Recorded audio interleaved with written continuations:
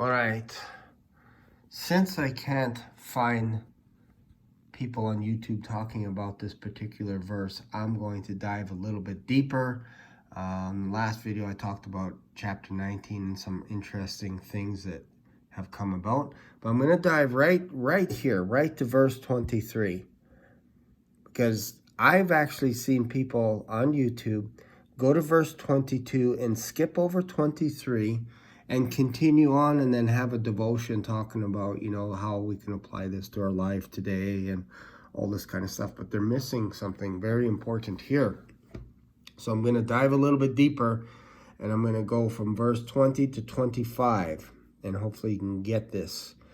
And the Lord came down upon Mount Sinai on top of the mount, and the Lord called Moses up to the top of the mount. And Moses went up, and the Lord said unto Moses, Go down, charge the people, lest they break through unto the Lord to gaze, and many of them perish.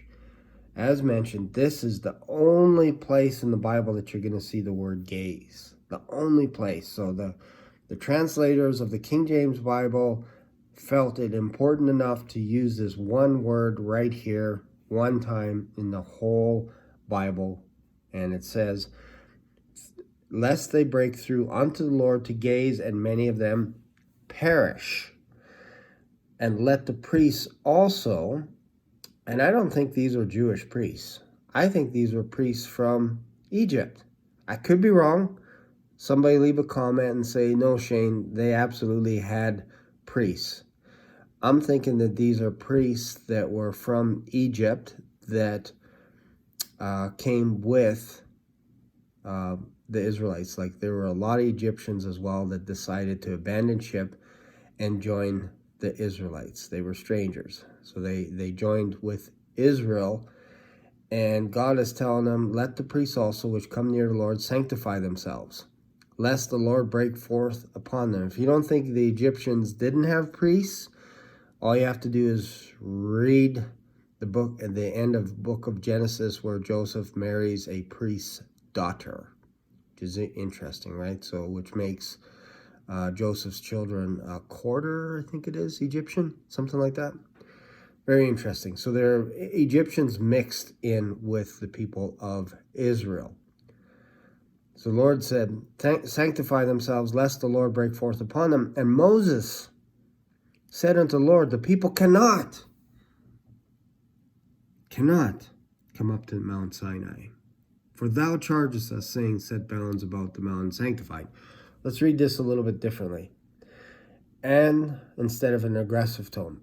And Moses said unto the Lord, the people cannot come up to Mount Sinai.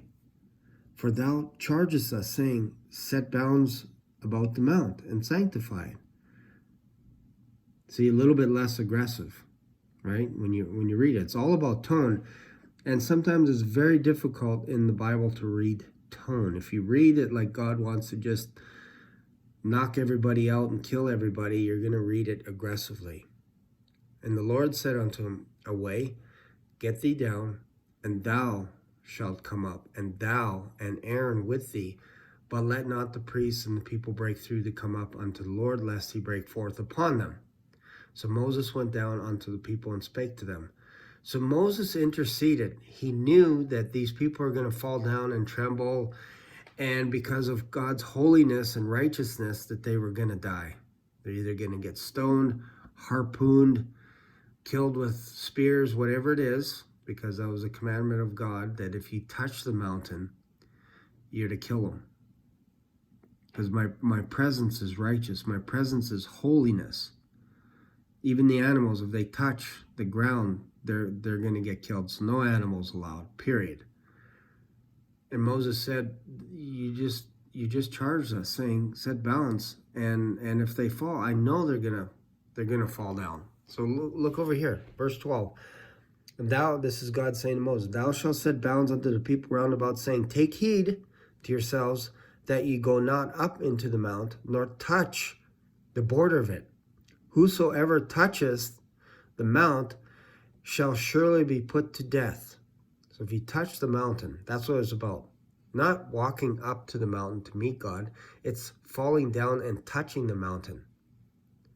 There shall not a hand touch it. He's telling you this. But he shall surely be stoned or shot through, whether it be beast or man. It shall not live. When the trumpet soundeth long, they shall come up to the mount. So this is what we're talking about here. Moses, because he is the humblest man in the Bible, next to Jesus, of course, intercedes for these people. I can't tell you how many times. I'm sure somebody would know if they did a little if they did a little deep digging. Wow, can't speak this morning. They dug a little deeper. They would see that Moses over and over and over again interceded on behalf of Israel to save their lives. There's even one point where God said, you know what? I'm going to wipe these people out and I'm going to make you an even mightier nation than Israel. Can you imagine that? Interesting, right? That God said that he'll make Moses into a mightier nation.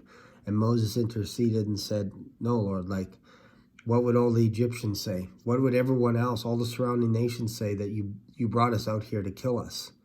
And remember what you promised to Abraham, Isaac, and Jacob. So Moses was the great mediator for Israel. And today, obviously, we have a great mediator in Jesus Christ. So this is what I think. Verse 20 to 25 is Moses interceding on behalf of the people so they could still worship God, but Aaron and Moses are going to be able to get closer to God and intercede. And this is what the people wanted. They wanted only God to speak through Moses and Aaron. They didn't want to hear from God directly. They didn't want that because they were fearful that they were going to die. So this is why we get more commandments. This is why we get the 10 commandments.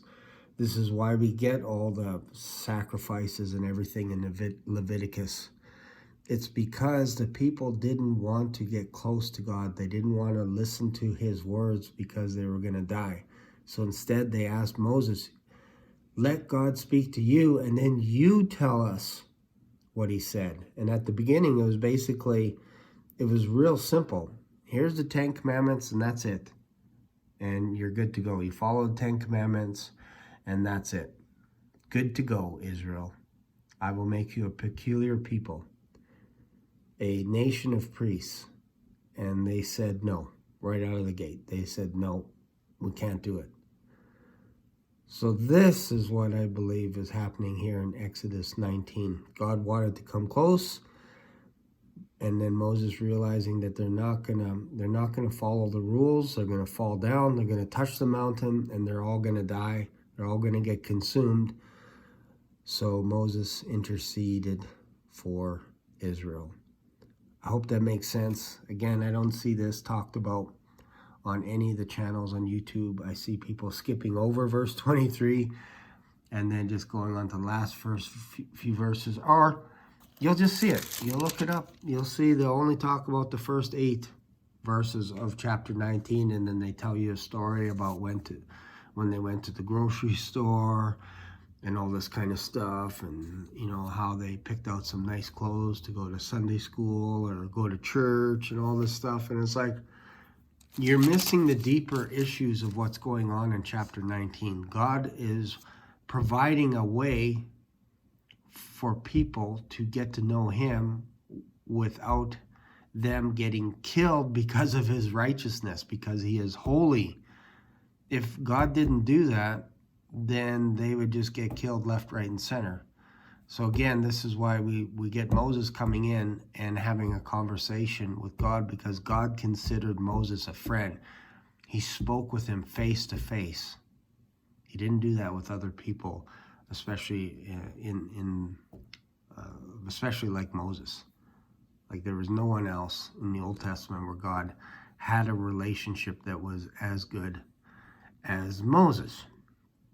All right? Especially something that we see written out or they're actually having a conversation back and forth, and Moses actually getting God to change his mind, which is quite interesting. You don't see that with any other character in the Old Testament. Hope you got something out of this, and if you have, feel free to subscribe, and as always, leave a comment. Thanks for watching.